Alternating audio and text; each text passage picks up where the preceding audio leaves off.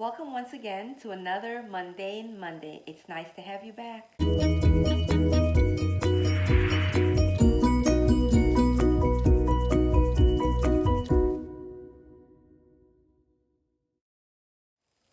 Today, I want to talk on choosing your life. I have chosen a modest, frugal life for myself, but it may not be the life for you. Everyone gets to choose the life they want to live. It is not for everyone. Everyone should decide what type of lifestyle they want to live and then prepare for that life. So if you know that you want to lead a life of luxury, then prepare for that life. Save and invest, and you will probably be able to live the life that you want.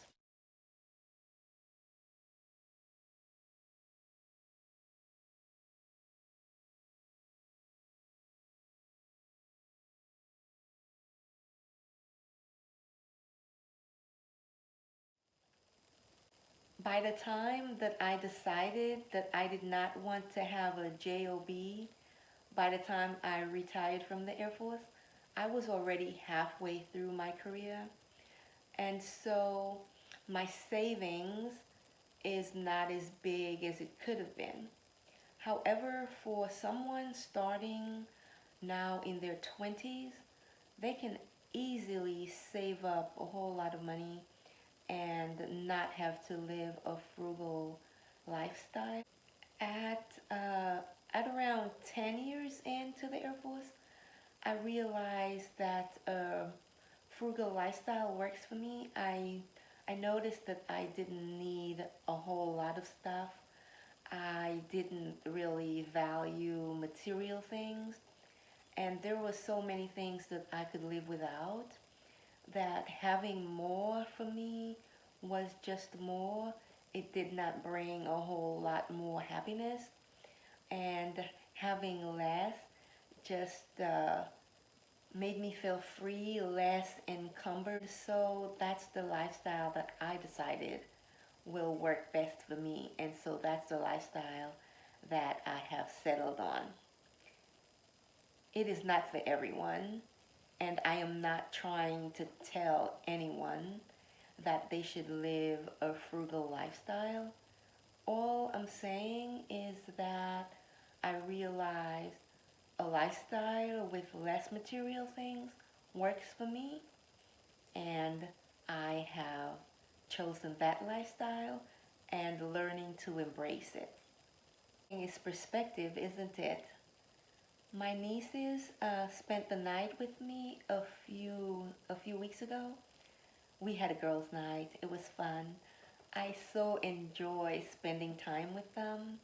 When they called me to say they were coming over, I was tickled pink. Anyway, while they were here, I was showing them my reconfigured closet, and they said, "Aunt Paula, you have a lot of clothes." But it didn't look like a lot of clothes to me, because this is about a quarter of the clothes that I had a few years ago. But it reminded me of a time when I had, in my opinion, a whole lot of clothes. And a friend of mine came over and she said to me, "Where are your clothes?" So, in one person's eyes, I have a lot of clothes, and in another person's eyes, I have no clothes.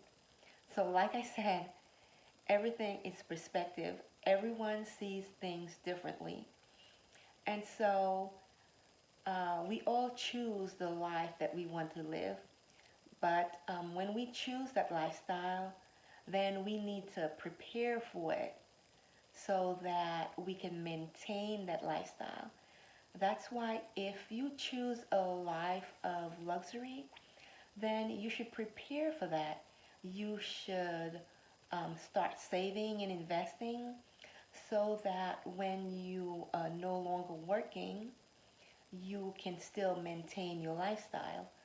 Or you can choose Or when you choose not to work, you can still maintain the lifestyle. That you don't have to keep working just to maintain the lifestyle. There is this thing called FIRE, FIRE. It stands for Financial Independence, Retire Early. And so retiring early doesn't mean that you never have to work if you want to work. It just means that you are not forced to work. So each person determines what financial independence means to them. For one person, it might mean living on $40,000 a year. For another person, it might mean living on $100,000 a year. So once you've determined what that amount of money is for you, then you set out to have uh, that money in savings and investments so that um, you can be able to withdraw that amount of money per year to live on. What I am living off now is enough. If I did want to have more material things, then I could always go out there and get a part-time job or something like that. But for me right now, controlling my time is more valuable than having more material things. And so I have chosen this frugal lifestyle, and I am very, very happy with my freedom and um, having time to myself, having not having any mandates on my time, and choosing to use my time how I want, not having to go out and work just to keep a roof over my head. Anyway, back to the revamped closet. I had a rod with all my dresses on it, and the rod fell to the floor. And it was sitting on the floor of the closet for about a month. And I realized I hadn't worn any of the dresses that were sitting on the floor. So I figured if they had been sitting there this long and I never ever went through it to pick something from it to wear, that I probably didn't need those dresses. And so I just got rid of the rod altogether and got rid of most of the dresses that were on that rod. So now this is the new revamped closet with a whole lot less. But according to my nieces, it's still a lot. But everyone sees things differently. But I do intend to get rid of some more stuff anyway. But right now I'm working with it and just seeing what things I wear all the time, what things I'm not wearing. And I'm doing that hanger thing, you know, where if you wear something, you turn the hanger the other way, and then the stuff that you don't wear, you leave the hanger facing one way. I'm showing it to you now, and in 1 year's time, I will show it to you again, what I have held on to and what I have gotten rid of. This is what the closet looks like now. I can't find the video of the before. Sorry about that. I don't know what happened to it. But this is the new configured closet. And hopefully I will declutter it some more, get rid of some more stuff. But for now, this is working for me. And it's very efficient.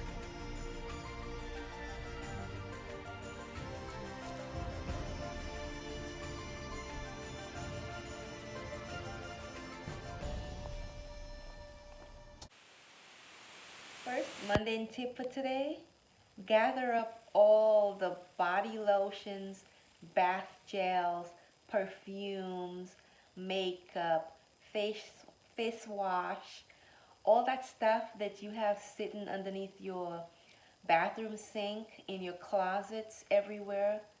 Gather them up and use them. because you know what's going to happen to those things? They're just going to get old, they're going to expire, they're going to get gooky and gunky, and you're not going to be able to use them. I don't know why you're saving them. You will save a lot of money by using up those things that you already have in the house.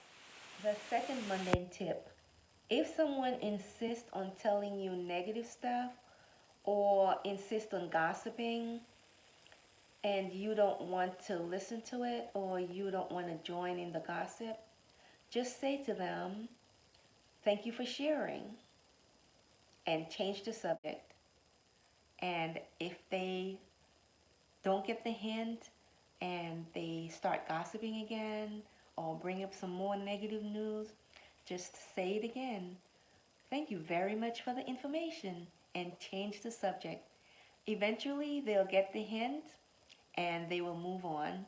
I have been using it the past few weeks and it has worked for me 90% of the time. Go ahead and try it and tell me how it works for you. I'm interested to hear. Again, when they bring up a topic of conversation that is negative or they start gossiping about something or somebody, just say, "Thank you very much for the information," and change the subject. Thank you once again for joining me. It is always a pleasure to be here. I really enjoy doing these Mundane Mondays. If you don't want to miss any Mundane Monday videos, please subscribe to my YouTube channel so you will get a notification every time I drop a new video. Do me a favor also and like this video, and I'll see you again next Monday. Bye.